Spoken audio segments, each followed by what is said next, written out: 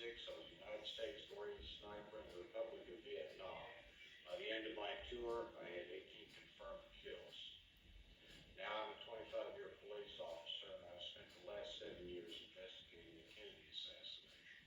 We're here tonight to talk about the 6.5mm Carcano rifle. This one is quite similar to the one that was found on the 6th floor of the Texas School Book Depository on the 22nd of November, 1963.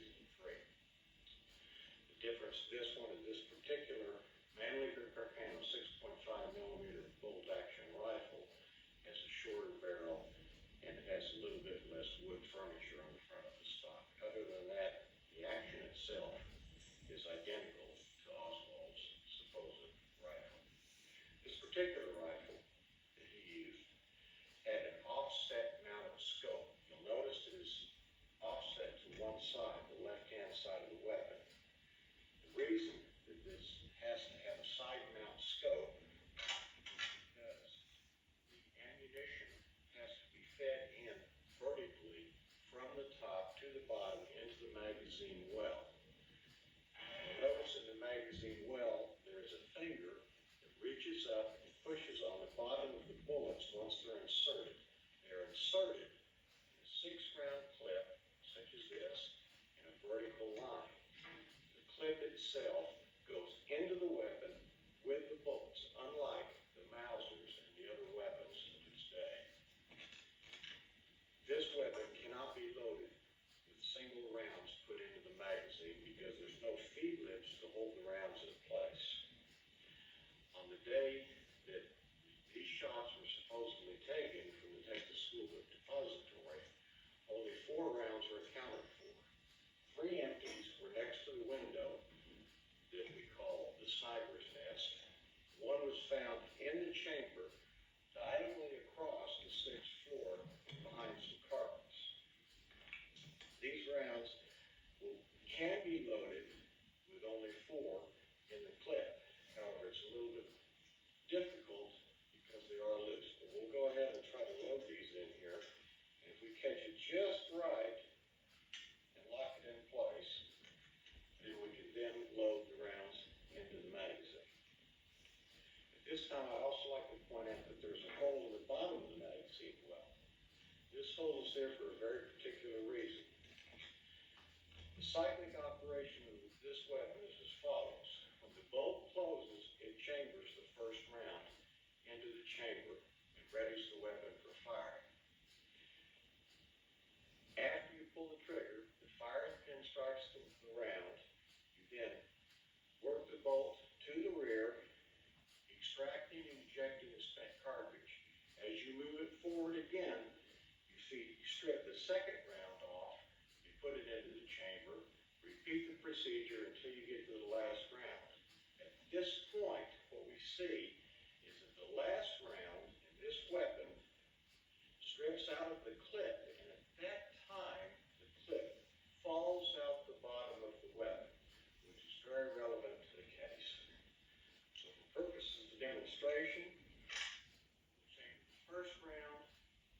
These are dummy rounds, and we'll do exactly what supposedly Oswald did that day.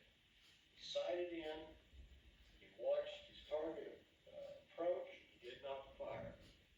As the target came down the street directly toward him, decreasing in range and angle, and cleared the windshield, he still did not fire. He held his fires and almost stopped as it went around the 120-degree curve. And then as he followed it down the street toward the triple overpass, he contended with water pipes behind him, the angle of the wall, the window, and the trees. At that time, he lined his head up with the scope and attempted to get a perfect, clear, and unobstructed view of the target with clear, sharp picture of the crosshairs and a blurry target. That would have to be done to make an accurate shot. Once he was ready, ignoring adrenaline, blood pumping, breathing, emotions, and everything else, he squeezes the trigger and fires the first round. The weapon kicks, and he has to take his head away from the scope to chamber the next round. If he doesn't, find is the round is ejected and flies almost 8 feet away, is that the bolt would hit him in the cheek. So therefore, he has to remove his head, which removes his eye away from the side picture. He then chooses the second round. He takes the second shot, fires, works the bolt, moves out. Third round. He then replaces the weapon, attempts to gain a side picture, fires, takes his last shot. Then ejects that round. It falls a completely different location. He then loads the final and fourth round, but does not fire. And watch very carefully at what happens at this point below the magazine.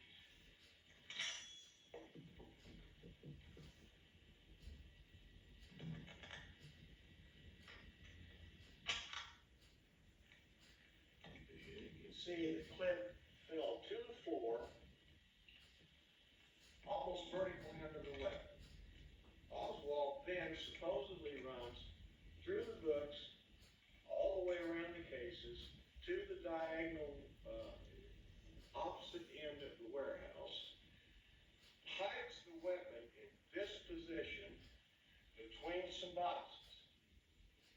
He then runs down the stairs 4 flights, down the hall, into the break room, takes money out of his pocket, buys a bottle of Coke, takes the Coke, opens it, drinks half of it, and then is discovered by a Dallas police officer.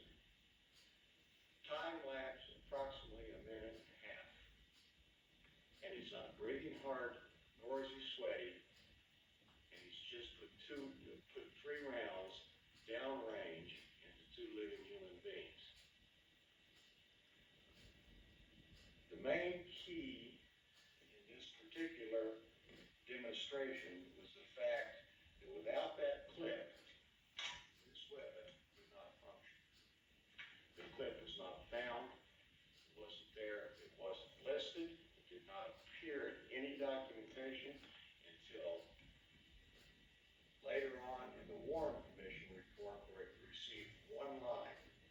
And most importantly, the clip that supposedly showed up in evidence at a later date had no police officer's initial.